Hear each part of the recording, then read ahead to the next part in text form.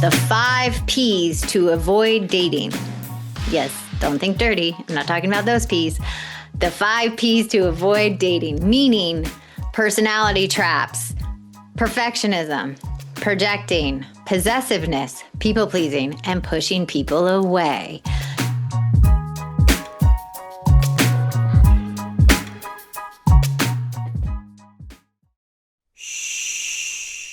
Welcome to the Secret Life Podcast. Tell me your secret. I'll tell you mine.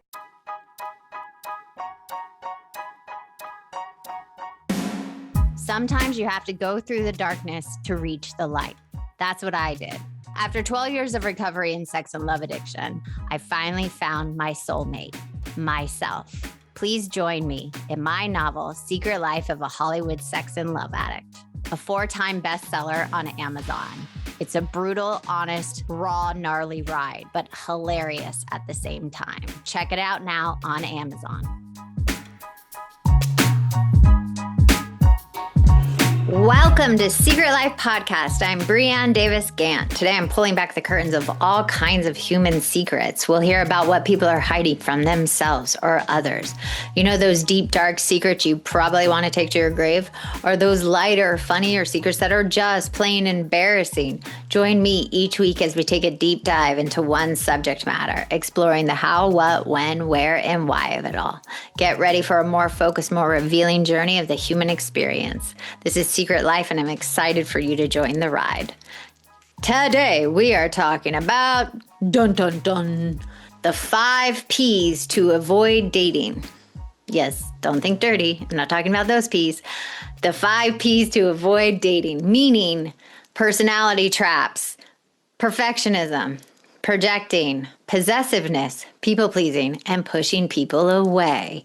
So we are going to look at these and be more self-aware when we go into the new year. If you are dating or in a relationship, you can use these 5 P's too, because you don't need to be these things in a relationship. Look at healthy boundaries, realistic expectations for a better connection, because people are really suffering with intimacy right now. And we've talked about the 5 types of intimacy: intellectual, social, spiritual, physical, and emotional. Now we're talking about the 5 P's of avoiding things to when you are dating or in a relationship.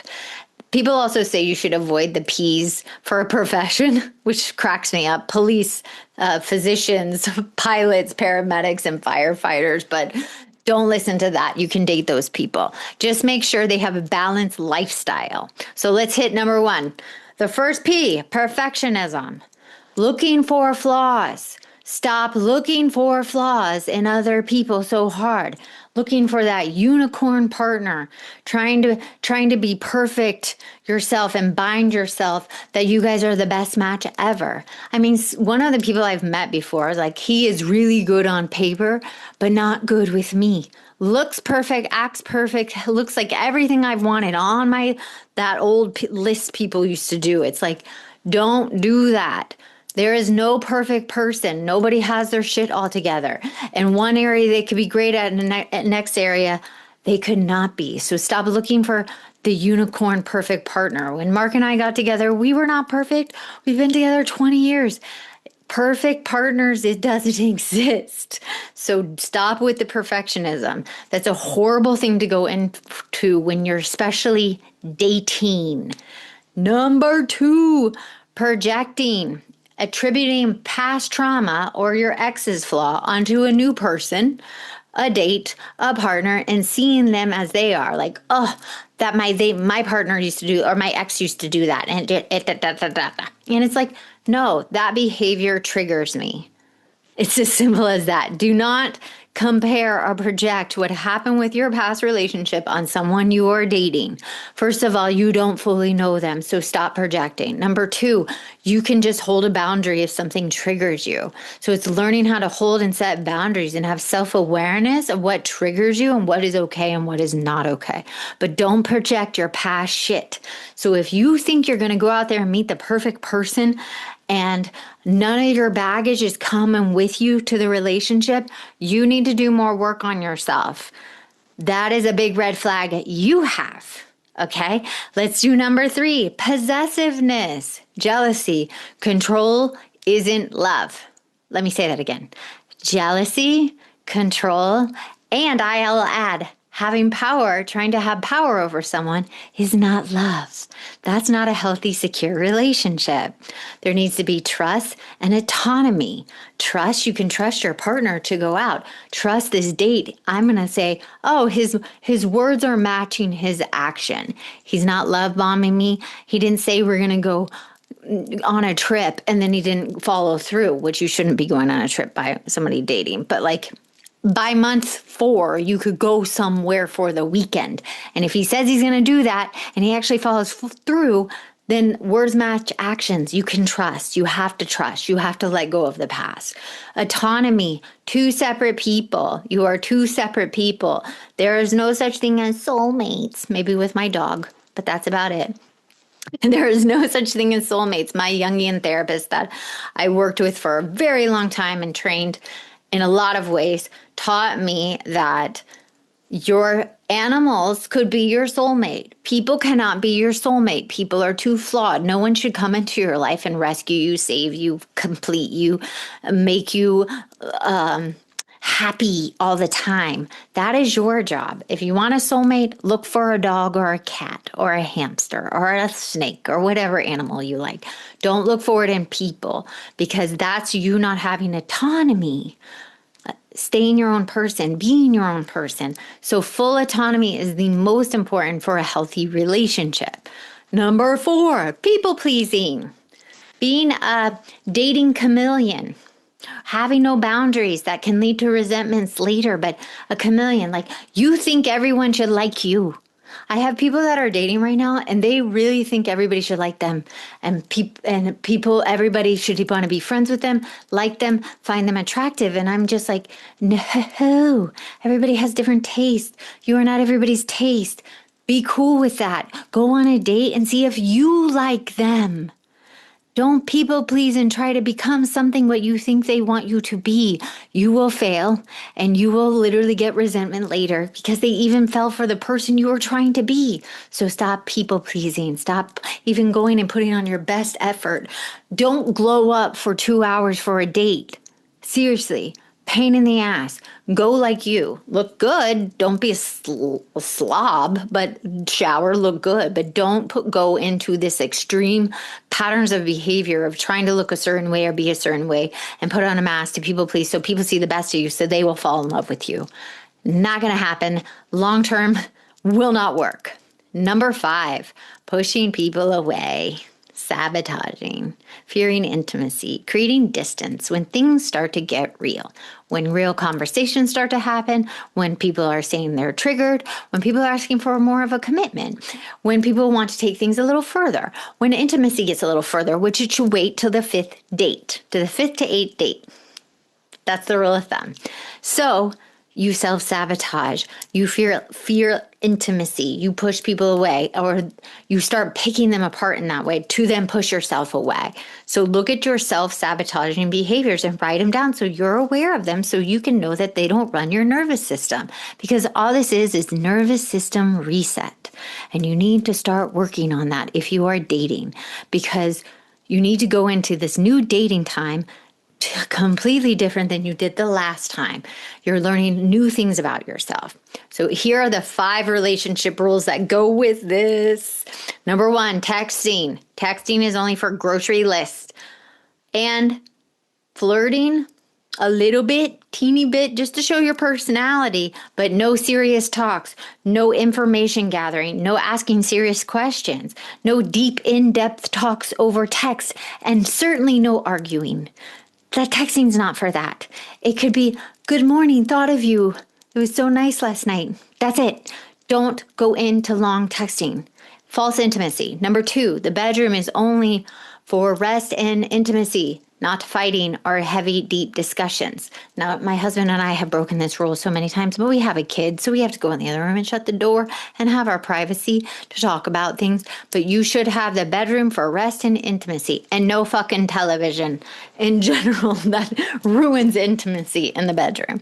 Number 3, share your relationship frustrations once it moves into a relationship only with your partner or your therapist or a relationship specialist, not with friends, not with family, not with coworkers, and definitely not with strangers. Now, listen, I know some people have good friends and you want to go and just know everything you tell, they're going to have an opinion about it, and be okay with that opinion about it. If you need to say, I need to vent about my partner real quick, he's frustrating me, I don't want you to take this, I just need an ear. Can you just let me vent and just let me let it out? I know I had a part in it. I don't need any feedback. That's how you can say it. But just know, when you start telling your shit to other people about your relationship, other people will have opinions. So buckle up and be prepared. Number 4, tackling problems only when both partners are calm. If one person is upset, yelling, shut down, overwhelmed, crying, pause, put in the pause, circle back later, put in the pause.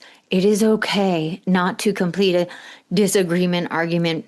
If someone is upset, let that person fully feel their feelings to get to the other side before you try to mend, pivot, work through something, and reset. And lastly, with the 5 rules, a solution only works if it feels right to both of you. If one of you isn't comfortable, then it's not a solution. You just bent over and took it. Like, you literally didn't hold the line. So both people have to feel good about the end of the conversation. All right? So that's it. Here's the tips to beat the dating anxiety for the new year. Number 1, remind yourself that it's okay not to be okay at the date. You do not have to be perfect, like we said. Number 2, choose excitement over worry. When you are anxious, sometimes excitement shows up like anxiety. So every time you feel anxious, just tell yourself, this is not worry, I'm just excited and I'm feeling these feelings. Number 3, give yourself permission to set boundaries immediately. That will help avoid the 5 P's of dating. You won't go into projecting, possessiveness, people pleasing, or pushing away yourself. You are open, you have boundaries. And embrace the uncertainty. You don't know this person. You're not in a relationship with them. Even if they're great, they might not be your great in date 3 or date 5. So just embrace the uncertainty and be okay with it, and tell your nervous system you are okay and sit in it. Number 5, try step-by-step exposure to the parts of dating that scares you. Is it being vulnerable? Is it showing up in time? Is it showing up not your best version of yourself when you have a pimple on your cheek? Or you feel fat that day? Or you just don't think you look cute anymore? Who knows? Hormone imbalance. Just keep exposing yourself. When you go and do it, it gets easier. Number 6, rejection is survivable. Rejection, I believe, is a blessing. What rejects you wasn't for you, is protecting you. Rejection, it says, rejection is God's protection. If you believe in God, universe's protection. Whatever didn't work out for me, I saw down the line. I was like, oh, I dodged a bullet with that one. So even the best date you've ever gone on, and it felt like such a great connection, and then they stop calling or don't call or don't set a second date. It's not about you. You're getting protected somehow, and you just don't know why. And last, ask for help if you need it. There are so many specialists, so many people like me that have been doing this for so long, that have worked so diligently and have all types of techniques and training and that can help you in education. So you don't have to go this alone.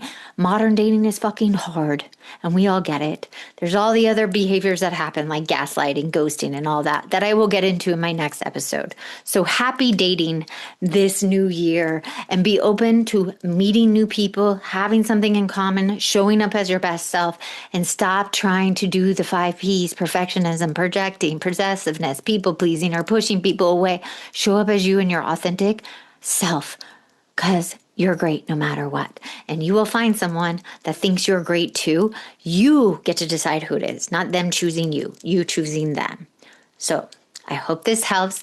Thank you for listening to Secret Life Podcast. I hope you enjoyed the episode, and send me your questions again and let me know what I should talk about this new year. Thank you for listening. Secret Life Podcast at iCloud.com. Until next time. Thanks again for listening to the show. Please subscribe, rate, share, or send me a note at secretlifepodcast.com. And if you'd like to check out my book, head over to secretlifenovel.com or Amazon to pick up a copy for yourself or someone you love. Thanks again. See you soon.